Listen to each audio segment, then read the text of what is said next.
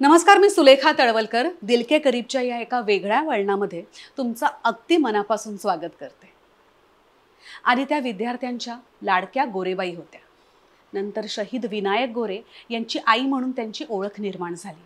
आणि आता त्या भारतीय लष्कर आणि सैनिकांविषयी अबालवृद्धांमध्ये जागरूकता निर्माण करतात. वीरमाता म्हणून त्यांची ओळख आहे. आता सैनिक हा घडवण्यापेक्षा जन्माला यावा लागतो. अशा एका सैनिकाला जन्माला घडवणारी आई कशी घडते ते आपण अनुराधा ताईंबरोबरच्या गप्पांमधून जाणून घेऊया. चला तर मग या वीरमातेचं स्वागत करूया. ताई नमस्कार. नमस्कार. आणि दिल के करीबच्या या एका वेगळ्या वळणावर तुमचं अगदी मनापासून स्वागत करते मी. धन्यवाद. बरं ताई, तुम्हाला जर का माहिती असेल किंवा म्हणजे तुम्ही जर का आपले दिल के करीबचे एपिसोड्स बघितले असतील तर तुमचं स्वागत काही गिफ्ट्स देऊन करू आणि त्यानंतर गप्पांना सुरुवात करू. No problem. आपली एक मैत्रीण आहे निलिमा अमित. ती एक लाईफ कोच आहे, रेकी हीलर आहे आणि एक आयुष्य अनेक प्रवास आनंदी जीवनाचं रहस्य हे एक असं पुस्तक तिने लिहिलंय आणि तुमच्यासाठी भेट म्हणून पाठवलंय. Very good. मस्त, फारच छान. Nilima, thank you so much. खरी गोष्ट आहे. आनंदाचं रहस्य कोणत्याही वयात आनंदी राहणं. हो ना, खूपच महत्त्वाचं. थँक्यू. आपली आणखीन एक मैत्रीण आहे कल्याणी मोडक नावाची आणि तिच्या ब्रँडचं नाव आहे क्रिएटिव्ह माइंड. वा. सो या ना कल्याणीताई दगडात काही वस्तू बनवतात आणि इतक्या गोड असतात त्या. हा एक दिवा आहे. अरे अरे वा. तुळशी वृंदावन आहे. दगडाला त्या जिवंत करतात. Very good. किती छान बोललात तुम्ही. चौरंग. Very good. खूपच छान. हे जे रस्त्यावरचे पाथरवट असतात ना त्यांच्याकडून हे सगळं बनवून घेतात. वा, खूपच छान. इथे ठेवूया का? हो, समोर. चालेल. आपले आणखीन एक मित्र आहेत प्रीतम थोरात म्हणून आणि त्यांच्या ब्रँडचं नाव आहे कलर बग्स. टेराकोटाच्या छान वस्तू बनवतात आणि हे हँड पेंटेड हँड क्राफ्टेड आहे. ही एक बॉटल तुम्हाला त्यांनी भेट म्हणून पाठवली आहे. मस्त. उन्हाळ्याच्या दिवसात खूप. हो ना, हो ना. पाणी थंड राहील. खूपच छान. छान बनवली आहे ना. खरंच छान. आकार पण जरा वेगळाच आहे. खरी गोष्ट आहे. प्रीतम दादा, थँक्यू सो मच. आपली एक पार्लेकर मैत्रीण आहे सरिता पेडणेकर. तिच्या ब्रँडचं नाव आहे शाकूज आणि ती लेदर प्रॉडक्ट्स इतके छान बनवते. तुमच्यासाठी एक मस्तपैकी टॅन पर्स पाठवली आहे. मस्त. लव इट. खूपच छान. बरं, तुम्ही सुद्धा पार्लेकर, ती सुद्धा पार्लेकर. तिला खूप इच्छा आहे तुम्हाला येऊन भेटायची. माझा नंबर जरूर शेअर. हो हो, नक्की शेअर कर. जरूर येऊन देईल. येस. मला माणसं खूप आवडतात. आपली आणखीन एक मैत्रीण आहे स्वाती चांदेकर आणि तिच्या ब्रँडचं नाव आहे स्वाती क्रिएशन्स. अच्छा. तिने मस्तपैकी ना एक क्विलिंग मधलं वॉल क्लॉक पाठवलंय. खूपच छान. या ज्या क्विलिंगच्या आहेत ना अशा वेगळ्या वेगळ्या वस्तू ती बनवते. खूप छान. खूप छान आहे ना. खूप छान. खूप एलिगंट आहे. एलिगंट आणि कितीतरी वेळ मोडून केलेला. हो हो हो. Quilling takes lot of time. Swati, खूप मस्त आहे. Thank you so much. खूप छान. आपली आणखीन एक मैत्रीण आहे विद्याताई फडके आणि घरकुल परिवार संस्था हा एक NGO त्यांनी फॉर्म केला आहे दिव्यांग महिलांसाठी आणि त्यांनी तुमच्यासाठी दिवाळीसाठी एक तोरण पाठवलंय आणि हा एक कंदील. फारच छान. छान आहे ना. सुरेख. विद्याताई माझ्याकडे 20 तारखेला राहायला यायचे आहेत. अच्छा. अरे वा. त्यांना सांगा मी विचारले. नक्की. आपली एक पुण्याची मैत्रीण आहे मीनाताई इनामदार आणि त्यांच्या ब्रँडचं नाव आहे अप्रतिम साडी. वा. त्यांच्या साड्या अप्रतिम असतात आणि तुमच्या या अशा अप्रतिम नितळ रंगावरती हा पिंक कलर खूप छान दिसेल. खूपच छान. खरंच छान. खरंच खूप छान. कॉम्बिनेशन पण मस्त आहे ना. रेअर आहे. महेश्वरी कॉटन सिल्क आहे. Very good. खूप छान. मीनाताई, मस्त आहे साडी ॲज युजुअल. छान दिसेल तुमच्यावर. आपले आणखीन एक मित्र आहेत अद्वैत बापट नावाचे, आणि त्यांच्या ब्रँडचं नाव आहे सहज हवन एंटरप्राइज, आणि तुमच्यासाठी ऑर्गॅनिक गुळापासून बनवलेला खरवस पाठवलाय. वा, लव इट. खूपच छान. थँक्यू, थँक्यू बापटजी. ते अद्वैत बापट. हो. थँक्यू. खूप छान. आपले आणखीन एक मित्र आहेत निशांत आवळे नावाचे, आणि त्यांच्या ब्रँडचं नाव आहे चेरी पिक. त्यांनी तुमच्यासाठी एक मस्तपैकी केबिन बॅग पाठवली. व्हेरी गुड, मस्त, नक्की वापरेन मी. थँक्यू. आणि तुमच्या नावाचा पर्सनलाइज नेम टॅग सुद्धा आहे. ओ. खूप छान. आपल्या दिल के करीबच्या सगळ्या प्रेक्षकांसाठी या बॅगेवरती निशांत दादांनी 35% डिस्काउंट सुद्धा ठेवलाय. अरे वा. ओके, सो आता गप्पांना सुरुवात करू शकतो. ताई, मला असं विचारायचं होतं की जेव्हा एखादा मुलगा सैन्यात जातो, शहीद होतो, तेव्हा त्याच्याबद्दल, त्याच्या कुटुंबाबद्दल थोडे दिवस बोललं जातं, त्याच्यानंतर सगळं विसरलं जातं, सगळे आपापल्या कामाला लागतात. पण कॅप्टन विनायक गोरे हे नाव तुम्ही कधीच विस्मृतीत जाऊ नये यासाठी तुम्ही काळजी घेतली आहेत, काम केलेत, प्रयत्न केलेत, अजूनही करताय. काय सांगाल ताई?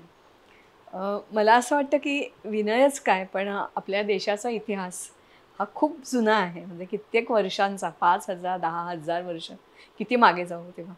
आणि त्याचा जर अभ्यास केला तर असं लक्षात येतं की विनयसारखे असे असंख्य लक्षावधी कोट्यावधी जीव आहेत की ज्यांनी आपल्या देशाला संरक्षण असेल, कला असेल, संस्कृती असेल, अनेक बाबतीत इथपर्यंत आणलंय.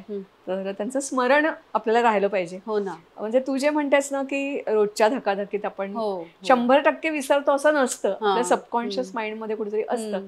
आणि एक तर काही वेळेला आपल्याला माहिती नसते, हा एक भाग. बरोबर. आणि दुसरी गोष्ट अशी असते की ती लोक जनमानसापर्यंत पोहोचवण्याचं काम ज्यांनी करायचं, पब्लिसिटी करणारी माध्यमं असतील किंवा सरकार असेल किंवा शाळा असेल, ते आपण कुठेतरी कमी पडतो. मला वाटते आपण नावं आहेत माहिती, नाही माहिती, सगळ्यांसाठी दिवाळीच्या निमित्ताने एखादी पणती लावली किंवा रोज नमस्कार करताना जरी आपल्या पूर्वजांना आपण नमस्कार केला तरी मोर दॅन इनफ, असं मला वाटतं.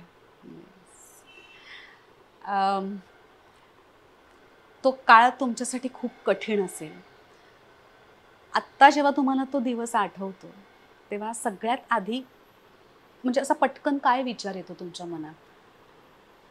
म्हणजे दोन गोष्टी होत्या. एक तर बरेच वेळेला विनय ज्या वेळेला सैन्यात गेला तेव्हा काश्मीरमधली स्थिती खूप स्फोटक होती.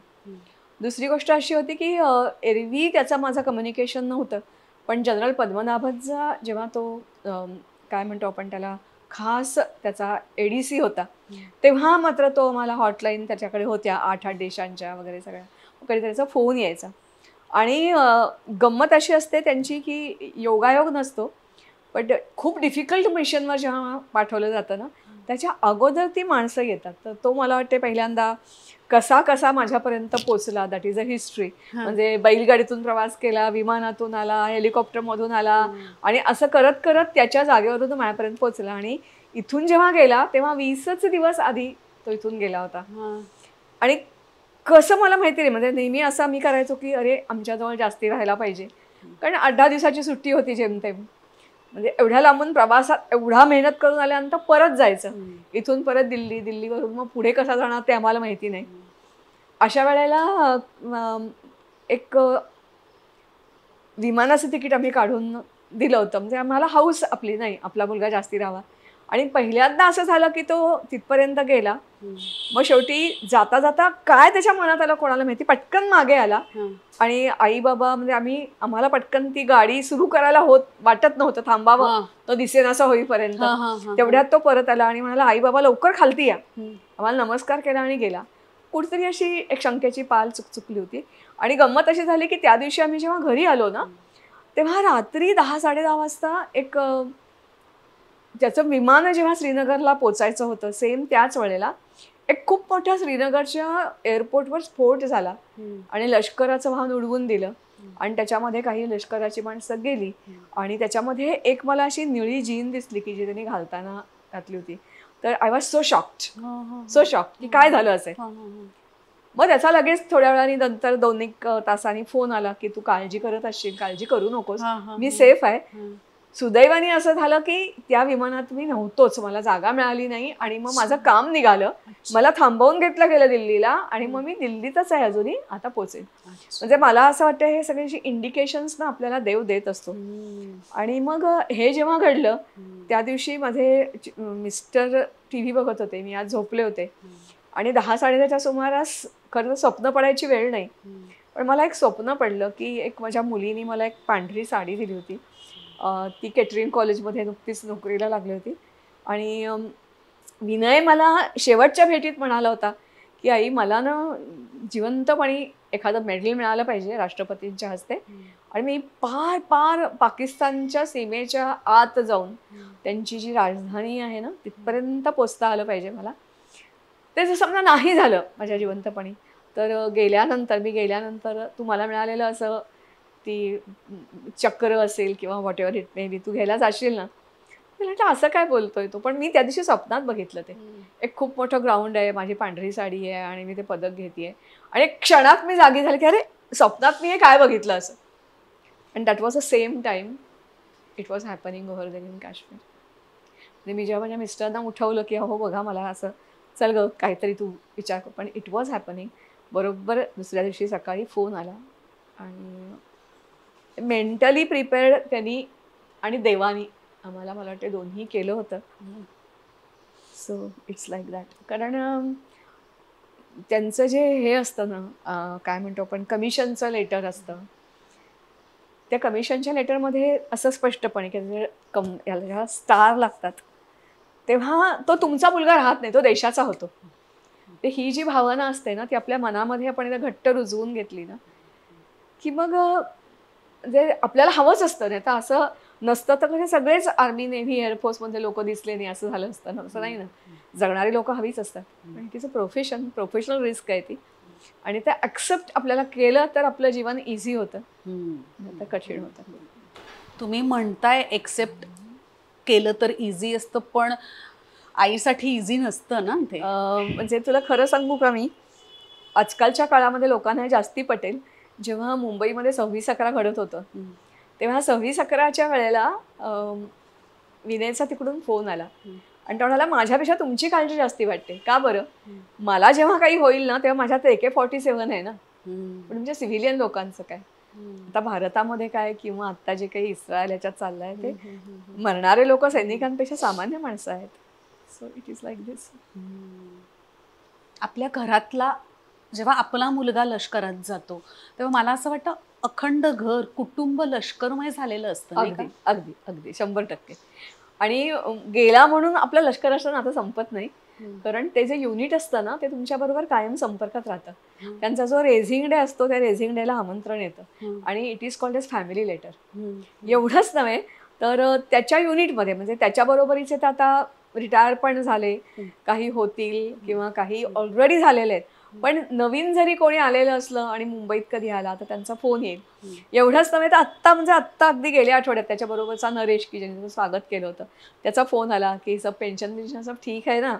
किंवा मध्ये मी गेले होते लेह लडाखला, तर तिथे फायर अँड फ्युरीचे मला वाटते जोशी सगळ्यांना माहिती आहेत, कारण ते आपलं जेव्हा चीन संघर्ष किंवा एका चित्रपटाचे नायक अमिताभ बच्चनने जे काम केलेलं आहे त्यांना मी जेव्हा भेटले ना तर तेव्हा माझं काम खरं वेगळंच होतं टोटली. एक तर तिथे अलाउड नसतं, पण इतकं असतं की मी एक छोटंसं मेसेज लिहिला त्या विनयच्या कोणाच्या तरी त्यांचा जो बॅचमेट असेल त्यांच्या ग्रुपवर की अशी अशी I am going to Leh and Ladakh.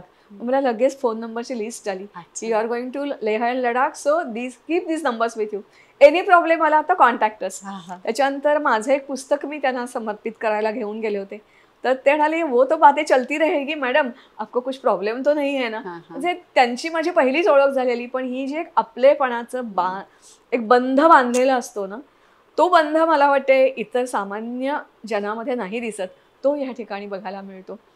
किंवा त्याच्या युनिटमधलं कोणी आलं किती घाईत असलं निदान मला फोन करतील आणि आपण ओळखायचं माझी कैसे हो हिंदीमध्ये कोणीतरी विचारत आहे, म्हणजे कोणीतरी विनयला ओळखणारं आहे. आणि मला असं वाटतं it is without any beyond the words. कारण जीवनाची किंमत त्यांना जास्ती कळलेली असते, कारण त्यांनी रोज ते फेस केलेलं असतं. म्हणजे विनय नेहमी म्हणायचा की आत्ता या सेकंदाला मी आहे, पुढच्या सेकंदाला काय होईल वी डोंट नो. आणि असं अनेकांच्या बाबतीत होतं. आणि मला वाटतं त्याच्यासाठीच माझा प्रयास असतो की सैनिकांना किंवा सामान्य माणसांना, सैनिकांचं लाईफ असतं तरी कसं, म्हणजे मी फक्त एकट्या विनयवर लिहिलंय असं म्हणजे 1200 अभिमन्यूचे मध्ये मी थोडाफार सगळ्याच मुंबईच्या मार्टियर्सवर लिहिलंय.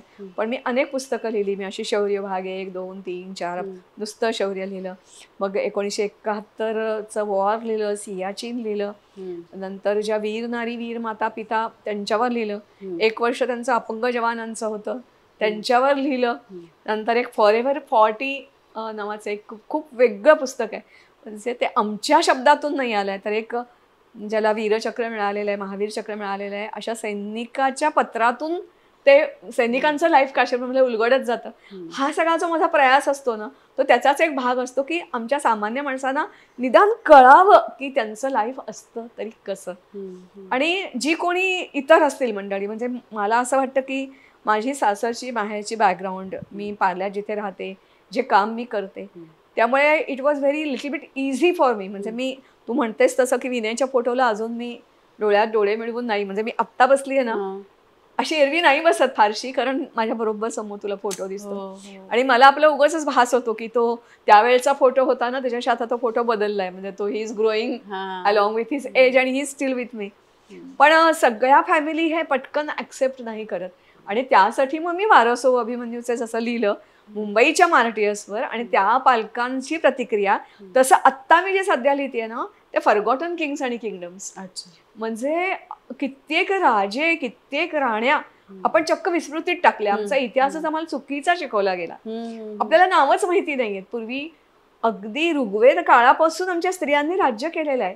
कित्येक राजे असे होऊन गेले की महापराक्रमी. आता आपल्याला जी गोष्ट अशक्य वाटेल की असं कसं शक्य आहे, आपलं डोकं कापून ठेवतोय एका ठिकाणी आणि मग 2 हातात तलवारी घेऊन शत्रूशी लढायला जातोय, मारतोय. It has happened. राजा जो होता अर्णव राजा, इट हॅज हॅपन्ड. एवढंच कशाला, राजा भोज असेल, ललितादित्य असेल, त्यांना सिद्धी अशा प्राप्त होत्या या सगळ्या. तर हे लोकांना कळावं आपण कोण आहोत, कुठे आहोत, कसे आहोत आणि आपल्याला पूर्वजांचं केवढं ऋण आहे. तर मी आमच्या वीर परिवारांना पण तेच सांगते की अरे आपल्यासात नका गुंतून राहू. आपल्या पलीकडे जेव्हा तुम्ही बघाल ना की आपल्यासारखे एवढे लोक असे आहेत की ज्यांनी बलिदान केलंय, you should be proud of it, की तुमच्यामुळे आज अख्खं जग चाललंय. तर म्हणून माझा हा प्रयत्न असतो. That's all. जेव्हा एक मुलगा सैनिक म्हणून घडत असतो तेव्हा त्याची आई सुद्धा एक सैनिकाची आई म्हणून घडत असते ना. खरं तर सांगू का, म्हणजे मी जेव्हा विनयला वाढवत होते तेव्हा तो सैनिकच घडेल की नाही असं काही मला माहिती नव्हतं.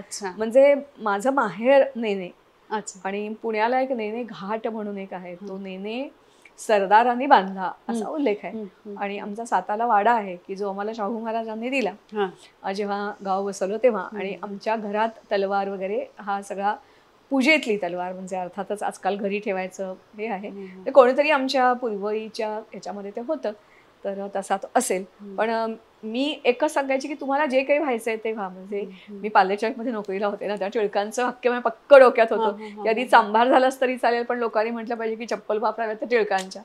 तसं मी त्याला घडवलं. पण त्याला जात्या ती आवड होती, त्यामुळे सैनिकाला जे जे लागतं, म्हणजे अगदी लहानपणापासून तो व्यायामशाळेत जायचा. म्हणजे मला असं वाटतं, मला भिडे सरांचे शब्द अजूनही आठवतात. त्याला पहिल्यांदा जेव्हा घेऊन गेले ते, हे काय मुलं सांभाळायची जागा नाहीये, इतका तो लहान होता तेव्हा. मग पाठोपाठ त्यांनी ट्रेकिंगला सुरुवात केली 2रीत असल्यापासून. आणि अगदी पार म्हणजे 6वीत असताना हिमालयात ट्रेकिंगला तो गेला होता. महाराष्ट्रातल्या सह्याद्रीची एकूण एक ज्याला कळस म्हणतो तो त्यांनी पादाक्रांत केला. उत्तम सायकलपटू, फुटबॉलपटू, हॉकी, म्हणजे त्याला सगळी म्हणायची अरे हॉकी ध्यानचंद तू झाला असतास, आणि फुटबॉलमध्ये म्हणायची तू मॅराडोना झाला असतास. इतका अप्रतिम तो खेळायचा. आणि शाळेमध्ये आमच्या म्हणाल तर पूर्वी मेरिट लिस्टसाठी एक वेगळी तुकडी काढली जायची, त्या तुकडीमध्ये होता. त्याच्या तुकडीतल्या मुलांनी मेरिट लिस्टमध्ये उच्चांक महाराष्ट्रामधला एकाच तुकडीमधली, शाळेतले वर्गातले नाही म्हणत आहे मी, 13 मुलं मेरिटमध्ये आली. त्या वर्गात तो होता आणि प्रचंड वाचन करायचा. माझे मामा मामी त्यावेळेला आमच्या पार्ल्याला, म्हणजे मी 2 नंबर 1 नंबरमध्ये त्यांचं 2 नंबरमध्ये घर होतं आणि मामा मामींचा मला कधीच विसर पडणार नाही, कारण मामी माझ्या 2 विषयात PhD होत्या आणि मामा 3 विषयात PhD होते. त्यांची संगत त्याला लाभली.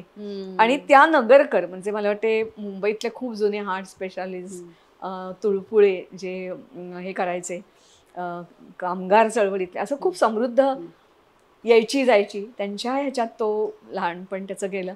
आणि माझे मिस्टरांच्यामुळे पण सुदैवाने आम्हाला असं झालं की खूप मोठमोठी लोक बघायला मिळाली, कारण माझे मिस्टर स्वतः खूप हुशार होते, गोल्ड मेडलिस्ट होते. आणि ही वॉज इन सुरुवातीला इन्व्हेस्टमेंट रिसर्च, मर्चंट बँकिंग आणि अनेक इश्यू जे आत्ता ज्या तुम्ही सगळ्या वेगवेगळ्या मोठमोठ्या कंपन्या म्हणता, रिलायन्स असून दे किंवा आणखीन कोणी असून दे, यांचे सुरुवातीचे जे बेसिक इश्यू गार्डन किंवा कंपन्या, ते मर्चंट बँकिंगमध्ये असताना ह्या सगळ्या लोकांशी येणं जाणं म्हणजे एक वेगळा माहोल. मग अनेक कंपन्यांवर ते नॉमिनेटेड डायरेक्टर होते. त्या लहानपणापासून त्यांनी वेगवेगळ्या क्षेत्रातली वेगवेगळी माणसं, आणि पार्ला तर आपण नेहमी म्हणतो ना, it is hub of intellect, तर अशी आजूबाजूला वावरणारी सगळी माणसं, ह्याच्यात तो वाढत होता. म्हणजे कोणीतरी व्हायचं, मोठं व्हायचं, एवढं नक्की त्याच्यामध्ये रजिस्टर झालं होतं. पण मला असं वाटतं की कुठेतरी त्याच्या डोक्यात ते 100% असणार की सैन्यात जायचं. कारण 10वी झाल्यानंतर जेव्हा त्याच्या बाबांनी विचारलं की तुला काय बक्षीस हवंय, तर तेव्हा गन मागून घेतली होती त्याने. माझ्याकडे अजूनही ती एअरगन आहे आणि त्या एअरगननी तो सराव करायचा. त्याच्यानंतर मला वाटते की इतकं पक्क त्याच्या डोक्यामध्ये होतं की आम्ही जेव्हा तो BCom झाल्यानंतर कन्याकुमारी, विवेक म्हणजे असं सगळीकडे फिरायला साऊथ इंडियात गेलो होतो. तर जेव्हा ते केप ऑफ कन्याकुमारीला आपण जेव्हा जातो, तर सगळ्यांचं लक्ष असतं तो सूर्योदय कसा होतोय, सूर्य कसा डुबतोय. पण आमच्याबरोबर विनय नव्हता. तर तो होता कुठे, ध्यान मंदिरात जाऊन बसला होता. आणि ध्यान मंदिरात नेमकी काय प्रार्थना करत असेल, यू कॅन टेक जस्ट म्हणजे त्यांनी जी पुस्तकं तिथे खरेदी केली, तर लाईफ आफ्टर डेथ, रिबर्थ, अशा प्रकारची सगळी त्यांनी ती पुस्तकं खरेदी केली होती. म्हणजे त्याच्या डोक्यात कुठेतरी ते असं असणार म्हणा किंवा व्हॉट एव्हर इट मे बी. आणि त्याच्यानंतर तो CA करत होता, पण बाबा म्हणाले म्हणून CA एवढंच. कारण माझ्या गोरे फॅमिली आमची सगळी बिझनेस माइंडेड, बिझनेस असल्याने, म्हणजे सासरे पण स्वतःची आमची शिपिंग कंपनी वगैरे होती. ही वॉज त्यावेळेचे रॉकिंग ज्याला म्हणतात ना, आता शेअर मार्केटमध्ये कोणी उठतं आणि करतं, पण he was a very non share broker. अच्छा. तर म्हणून तो CA करत होता, पण त्याचं लक्ष नव्हतं हे त्यालाही माहिती होतं, बाबांनाही माहिती होतं, ज्या फर्ममध्ये करत होता त्यांनाही माहिती होतं, because he was preparing for the competitive exam. आणि पहिल्याच फटक्यात क्लिअर झाला, कारण तो हुशार होताच. आणि मग डेहराडूनला गेला. So it change the whole life of our family. Family life change झालं म्हणण्यापेक्षा एक वेगळं जग, म्हणजे जे आत्तापासून आमच्यापासून दूर होतं. मी तुला म्हटलं तसं की मामांमुळे इंटलेक्च्युअल जग जवळ आलं, यांच्यामुळे कमर्शियल किंवा इंडस्ट्रीयल जग जवळ आलं.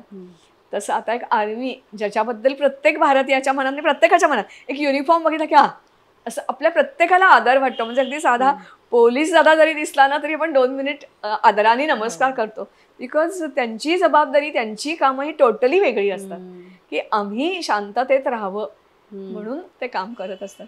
आणि मग एक वेगळं आमच्या फॅमिलीला असं म्हणूया, एक वेगळं दालन खुलं झालं. आणि it is a very different आणि खूप वेगळं जग आहे. आणि मला असं वाटतं की प्रत्येक मुलांनी, जसं मी अपंग जवानांवर लिहित होते किंवा आत्ता ज्यांच्या संपर्कात येते, ते जसं म्हणतात की काही जिल्ह्यामध्ये, UP, बिहार किंवा उत्तराखंडमध्ये त्यांना विचारलं जिल्ह्या मुलांना की सांगतात नाही, यावर first goal and last goal same, we want to join the army, navy और एअरफोर्स. ते नाहीच जमलं तर दुसरं काहीतरी. तसं प्रत्येक मुलांनी खरं ठरवलं पाहिजे, निदान किमान काही वर्ष. जेव्हा आपण देशासाठी सेवा देतो ना, तेव्हा मग भारत तेकडे तुकडे हजार किंवा अमुक अमुक जिंदाबाद अशा घोषणा नाही यायच्या तुमच्या ह्याच्यावर. आणि इतिहास हा केवळ पाठ्यपुस्तकात शिकवायचा विषय नाही राहता कामा. खूप वेगवेगळ्या प्रकारे तो लोकांच्या समोर आला पाहिजे. आपली great history, great culture, greatness काय होता. म्हणजे आत्ता आपण म्हणतो की एवढी मोठी फ्लीट आणि एवढी मोठी आर्मी, नेव्ही, पण चोलांची जी ही होती ना, आपण काय म्हणूया जहाजं, त्या तोडीची जहाजं अजून जगात बनलेली नाहीत. आपली जी मंदिरं आहेत, आपलं ज्याला विहिरी म्हणतो, त्याचं जे स्थापत्य आहे ना, त्याला जगात कुठे पॅरलल नाही. हे लोकांच्या समोर खूप वेगळ्या प्रकारे आलं पाहिजे. एव्हरीबडी शुड फील की मी कोणाचा वारसा सांगतोय, मी कोण आहे आणि तो वारसा जपायचा का माझा आहे. मग मोठमोठ्या बिल्डिंग बांधाल. अमेरिकेचं कसं झालं तसं झालं आपल्याला. त्यांच्या टॉवर कोसळला ना, ते कधी कोसळला तर संरक्षण व्यवस्था नीट नव्हती म्हणून. तर ती संरक्षण व्यवस्था भक्कम करण्यासाठी नवीन पिढीने कुठच्या ना कुठच्या तरी आर्म फोर्सेसमध्ये जॉईन व्हावं म्हणून माझी खूप धडपड असते खरं तर. म्हणजे मी प्रत्येकाला जिथे संधी मिळेल तिथे सांगायचा प्रयत्न नाही रे, थोडे दिवस तरी जा ना, शॉर्ट सर्व्हिस कमिशन तरी घ्या, किंवा तेही जर समजा काही जणांना जमणार नसेल तर एक खूप वेगळी टेरिटोरियल आर्मी नावाचा प्रकार आहे. म्हणजे you are a professor, you are economist, किंवा आणखीन काहीतरी तुम्ही लॉयर आहात, आणखीन कोणी आहात, still you can serve the country for few months every year. पण त्याच्यासाठी सुद्धा सगळी प्रक्रिया तीच असते, सिलेक्शन, फक्त एज लिमिट जास्ती असतं. आणि 1971च्या युद्धामध्ये ह्या सगळ्या लोकांनी प्रचंड काम केलंय. म्हणजे परत रेल्वे लाईन टाकणं, टेलिफोनच्या तारा हे झाल्या होत्या ते करणं, बरेच वेळेला हेरगिरीची कामं ही लोक, कारण they are not properly arm forces, बरोबर, they are link to it. असं बरंच काही काही करता येण्यासारखं आहे. तर असा माझा प्रयत्न असतो. आणि या सगळ्या मागची प्रेरणा असते परत Vinay. Not only Vinay but anybody who is like Vinay. अर्थात मी नेहमी विनय म्हणते कारण तो माझ्या बरोबर असतो. I never think that he is no more, he is the here only. तुमचे नातेवाईक किंवा आपले जवळचे लोक, त्यांची प्रतिक्रिया काय होती? म्हणजे खरं तर तो जेव्हा सैन्यात गेला ना तेव्हा सगळे हॅपी, पण तो गेल्यानंतर मला खूप वेगळ्या वेगळ्या प्रतिक्रिया ऐकायला मिळाल्या. म्हणजे एकतर मला बाई म्हणाल्या, काय गं तू तुझ्या मुलाला मारलंस. म्हणजे आय वॉज सो शॉक्ड की अरे कसं असं या म्हणू शकतात, किंवा असं विचित्र विचित्र आलं. पण मला असं वाटतंय ना, ह्याचं उत्तर मला विनयने दिलं. म्हणजे विनय नुकताच गेला होता आणि आमच्या घरात त्या बाजूला खोलीत दुसरे कोच दिसतील असे हातांचे, आणि मी तिथे बसले होते आणि त्याला नेहमीची सवय होती की तिथे कोचाच्या त्या याच्यावर तो बसायचा, हातावर बसायचा. तसा तो मी बसली आहे आणि मला खूप असं वाईट वाटत होतं की असं का माणसं म्हणतात. त्यांना त्या मार्टिझम किंवा शहीद होणं याचा अर्थच कळत नाहीये त्यांना, असं का व्हावं. तर मी अशी बसलेली होते आणि तो तेव्हा माझ्या जवळ आला. म्हणजे आय फेल्ट हिम, आणि त्यांनी माझ्या असा खांद्यावर हात ठेवला, म्हणाला, अगं आई ती माणसं वेडी आहेत, त्यांच्याकडे काय लक्ष देतेस तू. आणि मग मी जागी होते, झोपेत होते, व्हॉट एव्हर इट मे बी. पण असं असतं नाही असं नाही, पण काय नाही, नंतर लोक ऍक्सेप्ट करतात.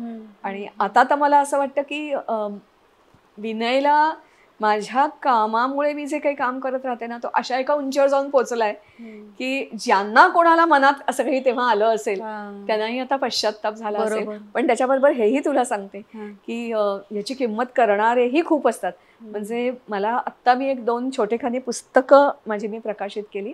त्याच्यामध्ये सामान्यातलं असामान्यत्व, आणि दुसरं म्हणजे अशी छोटी छोटी ती पुस्तकं आहेत, आठवणींच्या गंधकोशी म्हणून. त्याच्यामध्ये मला असं जाणवलं की ती सामान्यातल्या सामान्य माणसांना सुद्धा वाटतं की मी या फॅमिलीसाठी ह्याच्यासाठी किती करू. म्हणजे तुला अगदी एक फनी इन्सिडन्स सांगते. फनी ह्याचा अर्थ खरंच फनी आहे हा, की आम्हाला ना एक कार्ड असतं, रेशन कार्ड आणि दुसरं लिकर कार्ड असतं. तर ते लिकर कार्ड आणि रेशन कार्ड, तर लिकर कार्ड पहिलं होतं मिस्टरांच्या वेळेचं, ते संपून गेलं. तर दोन्ही वेगवेगळी कार्ड असतात, ग्रोसरीची जी मिळतात ना आर्मीची ती. तर ते लिकर कार्ड काढण्यासाठी मला तरी सांगितलं, नाही नाही मॅडम तुम्हाला काढावंच लागेल, म्हणजे मग तुमची लिमिट जास्ती, तुम्ही खरेदी करू शकता. म्हटलं बरं जाते, मी काय करणार होता. तर दारू म्हणजे अस्पर्श मला, पण मी ती गेले. तिथे कुठेतरी बँड्राला त्यांचं ऑफिस आहे. तर ते जे माणसं होते त्यांनी मला ओळखलं, कोणासाठी कायसाठी पर्पजसाठी हवाय वगैरे. आणि त्याच्यानंतर ते मला म्हणाले, बसा मॅडम, आणि त्यांनी ते परमिट दिलं माझ्या हातात. त्याचे पैसे किती. तर म्हणे, काय मॅडम पैसे कसले आम्हाला मागता. किंवा आत्ता म्हणजे आत्ता जस्ट रिसेंटली, आता उद्या मी जाणार आहे जागेचा ताबा घ्यायला. तर त्याच्यासाठी सुद्धा पालघरला मी जेव्हा गेले होते, त्या जमीन जेव्हा आपले देवेंद्र फडणवीस मुख्यमंत्री होते तेव्हा त्यांनी एक GR काढला होता. त्या GR प्रमाणे शहीद परिवारांना 5 एकर लँड मिळणार. तर तिथे मी जेव्हा गेले होते ना, तेव्हा प्रत्येकाची तीच ओढ होती, नाही नाही याचे पैसे मी विचारले. म्हणजे तुम्ही काढा, मी पैसे. मॅडम आम्हाला लाज नका हो आणू. म्हणजे इट वॉज हिज रिॲक्शन की everybody wants to do something. म्हणजे त्यांनी माझ्याकडून ते पैसे काही नाही घेतले, असं होतं. अर्थात काही लोक खूप वेगळी पण असतात, पण असा जो काही 1% अनुभव असतो तो पण बाजूला ठेवायचा. 99.99% चांगला अनुभव खूप मिळतो. फक्त मी तुला म्हटलं तसं की समोरची मला माहितीच नाही मी कोण आहे ते, किंवा काही वेळेला आपण जसं कमी पडतो. म्हणजे असा एक संकेत आहे की वीर पत्नी किंवा वीर परिवार जेव्हा समोर जातो तेव्हा राष्ट्रपती जरी असेल ना तरी तो he has to stand up आणि नमस्कार केला पाहिजे. पण आपल्या इथल्या क्लार्क लोकांना किंवा इतर लोकांना किंवा शाळेतल्या शिक्षकांना मुलांना माहितीच नाही हा संकेत, तर ते काय करणार. पण माहिती असेल तर मात्र होतं. आणि मी हा अनुभव अनेक वेळेला घेतलेला आहे. ताई, तुमचं लहानपण बालपण कुठे गेलं, कसं होतं? मला वाटते मला खूप समृद्ध बालपण मिळालं. सातारा राजधानीचं गाव, आणि शाळा माझी कन्या शाळा सातारा. माझे वडील आमच्या व्यंकटपुरा पेठेतले पहिले ग्रॅज्युएट. माझे आजोबा एज्युकेशनल इन्स्पेक्टर होते. आईनी मला पोहायला शिकवलं, म्हणजे कल्पना कर जस्ट. आई वडिलांचं नाव काय तुमचं? माझे वडील यशवंत दत्तात्रय नेने, आई शकुंतला नेने. माझ्या आई वडिलांच्या स्मृतीसाठी आमच्या वाड्याच्या समोरचं जो चौक आहे त्याला नाव दिलंय नेने आजी आजोबा चौक. अच्छा. असं दिलंय. आणि भावंड किती तुम्हाला? आम्ही 4 बहिणी आणि 1 भाऊ. अच्छा. भाऊ तिथे असतो, बहिणी वेगवेगळ्या क्षेत्रामध्ये वेगवेगळ्या ठिकाणी काम करतात. आणि मला असं वाटतं की तुझ्याबरोबर काम करणारा शशांक तो म्हणजे सगळ्यात धाकट्या बहिणीचा मुलगा. शशांक केतकर. शशांक केतकर तो म्हणजे धाकट्या बहिणीचा मुलगा. सासरची पण माझी सगळी वेल प्लेस्ड आहेत. माझे दीर he is very well non business person. He has his on world म्हणतो आपण असं. फर्नेसेस आणि जी टाईल्स असतात ना त्याच्यामध्ये जी मेटॉलॉजी असते, मेटॉलॉजीमध्ये ते एक्सपर्ट आहेत. पण आता एकच आहे दुर्दैव आमचं की आमच्या नव्या पिढीतलं भारतात कोणी नाही. परदेशात सगळी जातात. माझी मुलगी she is also settle down in America. अच्छा. तिचं काय ना? सुजाता. पण ती पण तिच्या बाबांसारखी, म्हणजे मी I am not brainy as my husband and as my son. मी हार्डवर्कर आहे, पण माझी मुलगी वडिलांसारखी ब्रेनी होती. She stood first in MSc. तिचा विषय होता खरं तर न्यूट्रिशन अँड डाएट.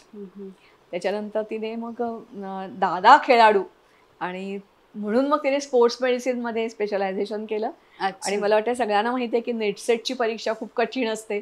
फर्स्ट अटेम्प्टमध्ये ती क्लिअर झाली. मग अमेरिकेत गेल्यानंतर तिने आणखीन खूप वेगवेगळ्या प्रकारचं शिक्षण घेतलं. माझ्या नाती आता मोठ्या आहेत. One is doctor in law, आणि दुसरी माझी जी नात आहे ती फायनान्स कंपनीमध्ये आहे. इट इज द जगामधली लार्जेस्ट फायनान्स कंपनी. आणि जावई माझ्या मुलासारखा माझ्यावर प्रेम करणारा आहे. आणि तिच्या सासरची सगळीच जण, म्हणजे it is also renowned family Shahane. मला असं वाटते ऑर्थोपेडिक सर्जन शहाणे सगळ्यांना माहिती आहेत. त्यांच्याच घरामध्ये, म्हणजे पण त्यांचा भाऊ तो माझे सासरे माझ्या मुलीचे. देवानी विणे गेल्यानंतर माणसांची कमी ही अशी भरून काढली. एरवीही तुला मी मगाशी म्हटलं तसं की अगदी साधी मी बँकेत गेले किंवा आणखीन कुठे गेले तर मला इतरांसारखी लाईन लावा, हे लावा. सगळी लोक they treat me as differently. एवढं खरं ते मी पार्ला सोडून जायचा विचार कधी करूच शकणार नाही. I am privilege lady in Parla असं मी म्हणते. तुम्ही इतकी सगळी पुस्तकं लिहिली आहेत, म्हणजे त्यामागे पुत्रप्रेम हे असेलच, पण आणखीन वेगळी काय प्रेरणा होती का? खरं तर मी तुला म्हटलं तसं की मला लिखाण करता येतं की नाही मला माहिती नव्हतं. वाचन मी खूप करायची, खूप म्हणजे खूपच करायची. पण मला ग्रंथालयाने लिखाण लिहितं केलं आणि सकाळनी मला लिहितं केलं. म्हणजे एका शिबिरामध्ये मी बोलत होते, माझ्या माजी विद्यार्थ्यांचे अनुभव मी शेअर करत होते. तेव्हा तिथे प्रशांत दीक्षित होते आणि ते आणि आरती कदम. ते मला म्हणाले तुम्ही इतक्या छान बोलता, मग लिहू नाही का शकणार. मला वाटते युवा सकाळ तेव्हा होता आणि मी वेगवेगळ्या प्रकारचे कॉलम लिहिले. मग त्या कॉलमच्या मधून मग कळी उमलतानासारखी काही पुस्तकं पण पुढे आली. दर आठवड्यातून 3 दिवस आणि वेगवेगळ्या मूल्यकथा, वेगवेगळ्या प्रकारचं लिखाण. तरुण भारतने मला आणखीन वेगळ्या प्रकारचं लिखाण, सकाळनी मला आणखीन सामन्यानी आणखीन वेगळ्या प्रकारचं, लोकसत्तेमध्ये आणखीन वेगळ्या प्रकारचं, असे मी असंख्य कॉलम लिहिले. म्हणजे कॉलम असं माझं झालं. सकाळ कारणीभूत त्याला आहे, त्यांनी माझ्यातला लेखक हुडकला. तसंच मी एका डोंबिवलीला तिथे साहित्य संमेलन होतं तिथे मी बोलायला गेले होते अच्छा. आणि तिथे मी मुंबईतल्या मार्टियर्सवर बोलत होते आणि अच्छा. आमच्या फॅमिलीला काय अनुभव येतात. हा. मी तुला म्हटलं तसं की मी लकी आहे, पण सगळ्या फॅमिलीजना असं नाही होत. लोक खरंच विसरतात आणि ते खूप दुःखदायक असतं आणि they have so many problems. त्याच्यावर पण मी एक पुस्तक लिहिलंय, आम्ही रंग आमचा वेगळा. खूप आमचे प्रॉब्लेम्स वेगवेगळे असतात. तर तिथे गांगल आले होते ग्रंथालीचे. तर ते मला म्हणाले, हो तुम्ही इतक्या छान बोलता, पण तुमच्या नंतर काय होईल. म्हटलं हो मला हेच वाटतं खरं काही वेळेला, पण काय करणार. काय करणार म्हणजे काय लिहायचं. असं माझं पहिलं पुस्तक आलं वारस हो अभिमन्यूचं आणि त्याची 15 दिवसात दुसरी आवृत्ती निघाली आणि त्या वर्षीचं ते मोस्ट सेलेबल किताब होतं. आणि मग तिथून मग मला तो एक हेच लागला की, आणि माझं कोणतंही लिखाण जे असतं ना त्याला जे आत्तापर्यंत जेव्हा मी सैन्याबद्दल लिहिते आणि खास करून जो जिवंत आहे अशाबद्दल लिहिते तेव्हा मी ते लिहिलेलं त्याला दाखवते. म्हणजे अगदी अगदी अगदी रिसेंटली मी कारगिलवर जेव्हा पुस्तक लिहिलं, जे मार्टियर्स आहेत ते मार्टियर्स आहेत, त्यांच्याबद्दल काही नाही, पण तरी मी त्यांच्या 16 जणांच्या घरी गेले होते. आणि दुसरं म्हणजे जसं आपल्याला सगळ्यांना विक्रम बात्रा टॉप माहिती आहे, पण उदय टॉप किती जणांना माहिती आहे नाही माहिती. पण उदय बारावकर हा आपला मराठी माणूस आहे. मग त्या उदय बारावकरशी मी बोलले. मी ते अरे तुरे म्हणते कारण एवढ्यासाठीच की तो औरंगाबादचा विद्यार्थी आहे आणि माझ्या विद्यार्थ्याचा तो विद्यार्थी आहे. सो त्याला मग मी ते लिहिलं, पाठवलं लिखाण त्याच्यामध्ये काही तुला. किंवा सियाचीनचं लिहिताना आता त्यांनी स्वतः पण सियाचीनवर पुस्तक लिहिले. त्यांनी मला ते 5 वेळा बदलायला सांगितलं कारण ते म्हणाले you are touching such a sensitive topic की भारतामध्ये नाही त्याचे पडसाद परदेशात सुद्धा उमटतील. So whatever you are writing must be perfect, not only that, पण तुम्हाला आम्ही आमच्या मर्यादेमध्ये माहिती सांगितलेली आहे, त्याच्या पलीकडे आम्ही नाही रिव्हील करू शकत. आणि I was the head of the operation in that area. तर कोणी असं म्हणता कामा नये. तर त्यांनी मला 5 वेळा चेंज करायला सांगितले, पण मी ते केले because it is in the interest of the nation. बरोबर. माझा पर्सनल इगोचा प्रॉब्लेम नाहीये, कारण त्यांनी सांगितलेले चेंजेस खूप वेगळे होते अशातला भाग नाही. पण नाही हा शब्द चुकलाय, हा इथे असा घाला किंवा ही टर्म, कारण आय एम नॉट ए लष्करी पर्सन की त्याच्या ज्या टर्म्स आहेत ना आता मला माहीत झाले. म्हणजे समजा 9 शीख साधा आपण घेऊया किंवा 1 मराठा, तो 1 मराठा म्हटलं की अर्थ बदलेल, पण 1 मराठा म्हटलं की अर्थ बदलेल. 1 मराठा युनिट आहे. असं ते छोटे छोटे बारकावे नंतर मला कळत गेले, पण ते ह्यांच्यामुळे कळत गेले. तर असं ते सगळं माझं लिखाण मग वाढत वाढत वाढत वाढत गेलं. आणि आत्ता मी जे तुला मगाशी उल्लेख केला, इव्हन मंदिरांच्या बद्दल पण मी लिहितेय. 33 मंदिरांच्या बद्दल लिहून झालंय, आणखीन काही लिहून होईल. आणि आपल्याला फक्त आणि फक्त स्वातंत्र्य लढा गेल्या वर्षी जी आपण 75 केली त्यावेळेला एक आमच्या गटावर एक हे आला होता, एक गोष्ट आली होती रामपारी गुर्जर.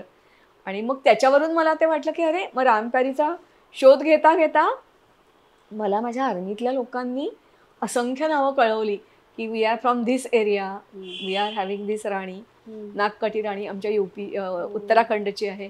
मग एक जम्मू काश्मीरचे आहेत, त्यांनी मला जामवाल आत्ता मगाशी थोड्या वेळापूर्वी फोन आला, त्यांनी मला कळलं की अरे आमची जम्मूची हिस्ट्री, मग जम्मूची पुस्तकं पाठवून दिली.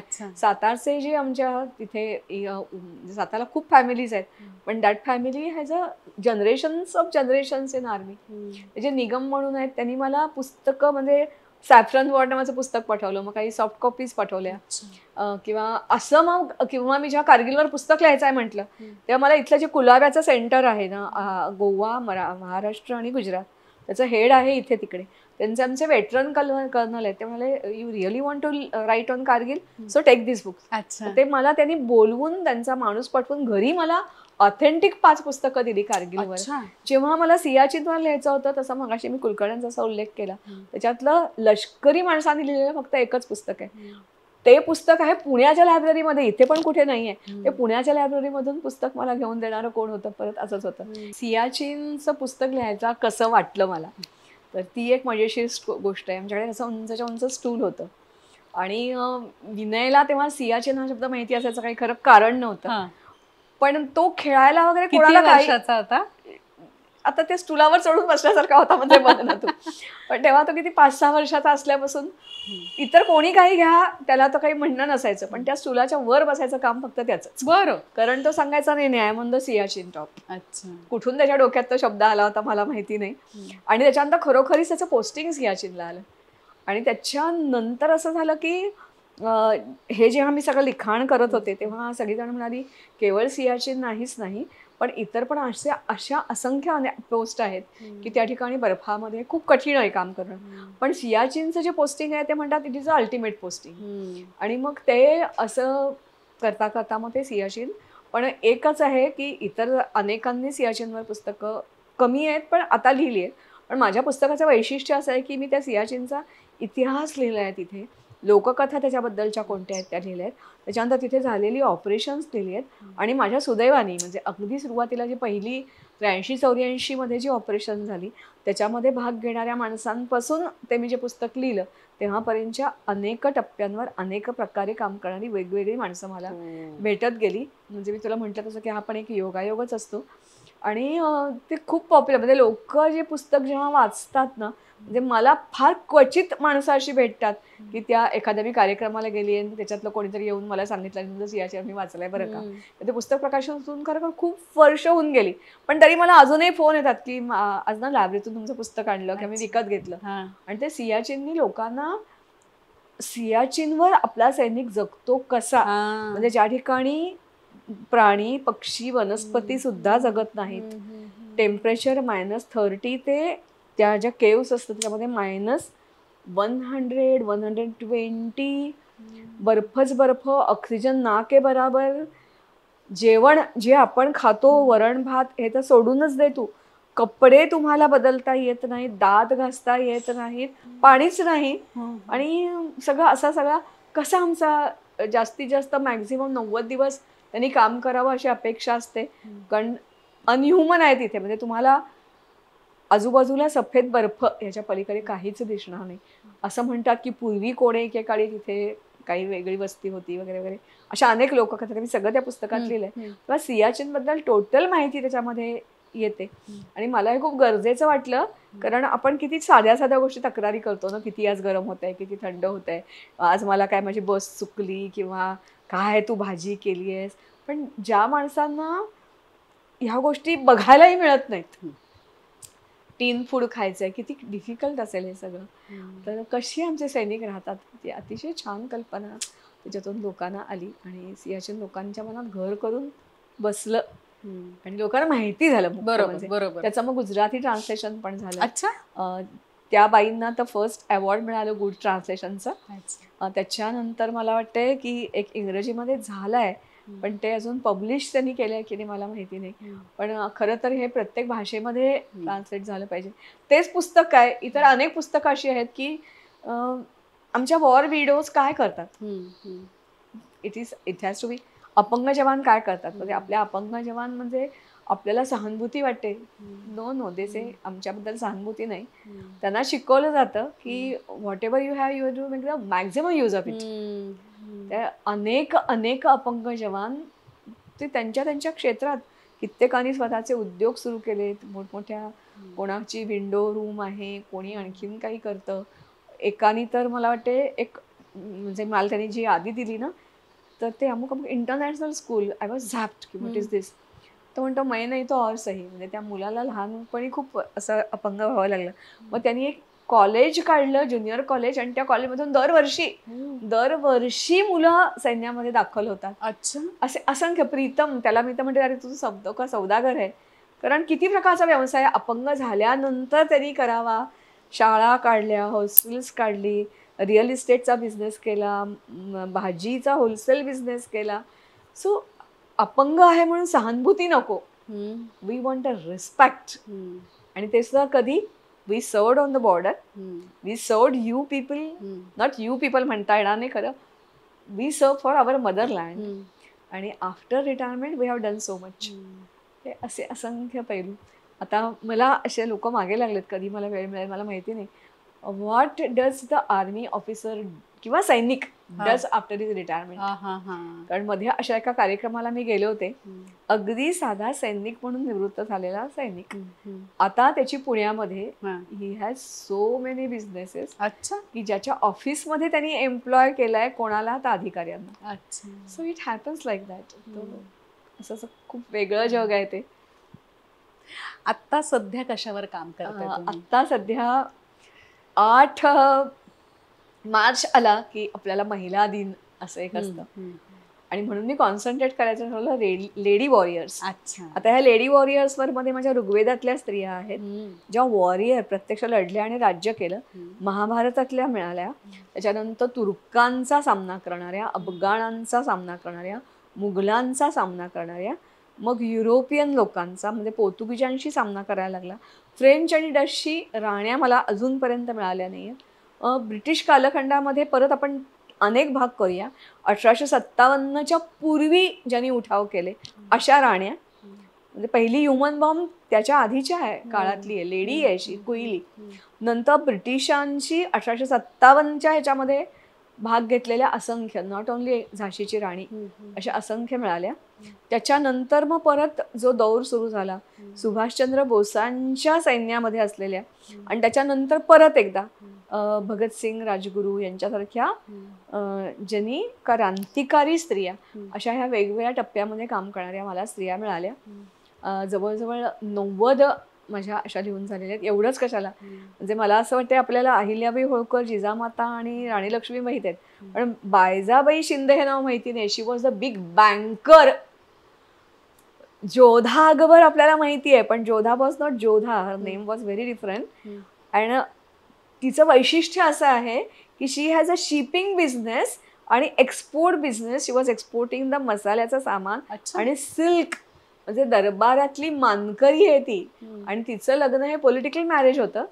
पण एवढं माहिती आहे, अकबर चित्रपट निघाला जोधा अकबर म्हणून, पण हा तिचा जो भाग आहे की she was a very big shrewd business lady. आणि तिच्या शिपमुळे पोर्तुगीजांना पाय काढता घ्यावा लागला. आणि मला असं वाटतं की 8 मार्चला तर ते पब्लिश नाही व्हायचंय. पुढच्या वर्षी ग्रंथालीचा 50वा वाढदिवस आहे आणि सुदेशच्या असं डोक्यात आहे की ते काम आपण त्यावेळेला प्रकाशित करूया. आता त्याचं हस्तलिखित मला डिसेंबरमध्ये ग्रंथालीच्या सुपूर्त करायचंय. 1 वर्षभर त्याच्यावर मधल्या काळात काम चालेल, कारण तुला तिथे दिसत असेल that is all hand written manuscript. अच्छा अच्छा अच्छा अच्छा. सो म्हणजे मला असं वाटतं की ते सगळ्यांच्या बद्दल, म्हणजे गार्गी, मैत्रेयी आपल्याला ही नावं माहिती आहेत, पण राणी दुर्गावती नाही माहिती, किंवा नागकाठी राणी नाही माहिती, जिया राणी नाही माहिती, कुर्मावती नाही माहिती. These ladies have fought with the Mohammad घोरी.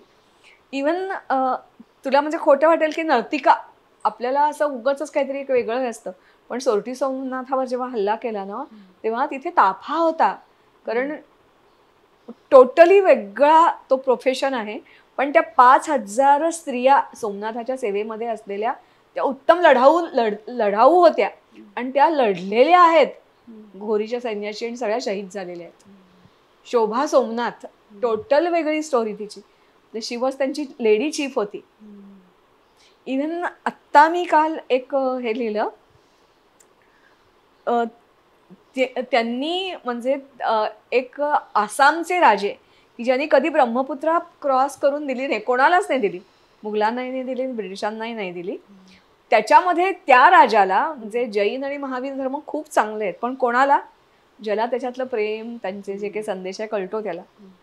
मग प्रभाव जेव्हा खूप वाढायला लागला तेव्हा परत एकदा शाक्य धर्म, तिथला जी देवी आहे, त्यांचं जे आसाम नॉर्थ ईस्टची परंपरा आहे ती परत स्थापन करायचं असेल तर he was finding it very difficult. So he married a woman who was dressed. ती एका शिव मंदिरातली नर्तिका होती. तिला त्यांनी राजा ही पदवी दिली, तिला गादीवर बसवलं आणि तिच्या करवी परत शाक्त धर्माची स्थापना आसामात केली. कारण आसाम इन्व्हेड केलं नाही असं बिलकुल नाही, खूप चांगले लढवय्ये होते, त्यांची लढाईची खूप वेगळी टेक्निक्स होती आणि त्या राणींनी काम केलेलं आहे. ओरिसामध्ये सक्सेशननी 6 राण्या होऊन गेल्या, but we don't know about them. तर असा हा सगळा मला असं वाटतं की अनकवर्ड, अनडिस्कवर्ड भाग सगळ्यांच्या समोर आहे. I am very thankful to the God की ज्यांनी माझ्याकडून हे काम करून घेते. वा वा, खूप छान वाटलं तुमच्याशी बोलून. खूप काही कळलं जे म्हणजे अदरवाईज कळलंच नसतं. या सगळ्याची माहिती आमच्यासारख्या सामान्य माणसाला नसते. एक सजेशन करू का तुला? ह्या छोट्या ज्या राण्या किंवा राजे, हा हा ज्याला कसे अर्णव राजा म्हणलं की असे असंख्य जण असतील ना. जोहार म्हणजे काय होतं तर टोटली वेगळा काहीतरी भाग आहे हा तो. आपण समजतो तसा नाही आहे ते. तर याच्यावर जर तुम्हाला छोटे छोटे एक एक 2-2 एपिसोड त्या रील करता आले ना, असं एक रंगवेध नावाची संस्था करतेय सध्या. अच्छा. पण इट इज अ थिएटर, म्हणजे थिएटर आहे ते. It should be on big screen, so it will become more popular आणि लोकांना ते माहिती पडेल जास्ती. Think about. नक्कीच. तर थँक्यू सो मच. आपण खूप गप्पा मारल्यात, तुमच्याकडून खूप काही शिकायला मिळालं. आणखीन बरंच आहे बोलण्यासारखं, पण मला असं वाटतंय की आपण इथेच थांबूया. मलाही असं वाटतं की तुला धन्यवाद की मला तो दिल के करीब लोकांच्या घेऊन गेलीस. आणि तुम्ही आहातच, तुम्ही आहातच. थँक्यू. आणि तुम्ही सगळेजण ऑलवेज पाहत राहा दिल के करीब, एक वेगळं वळण.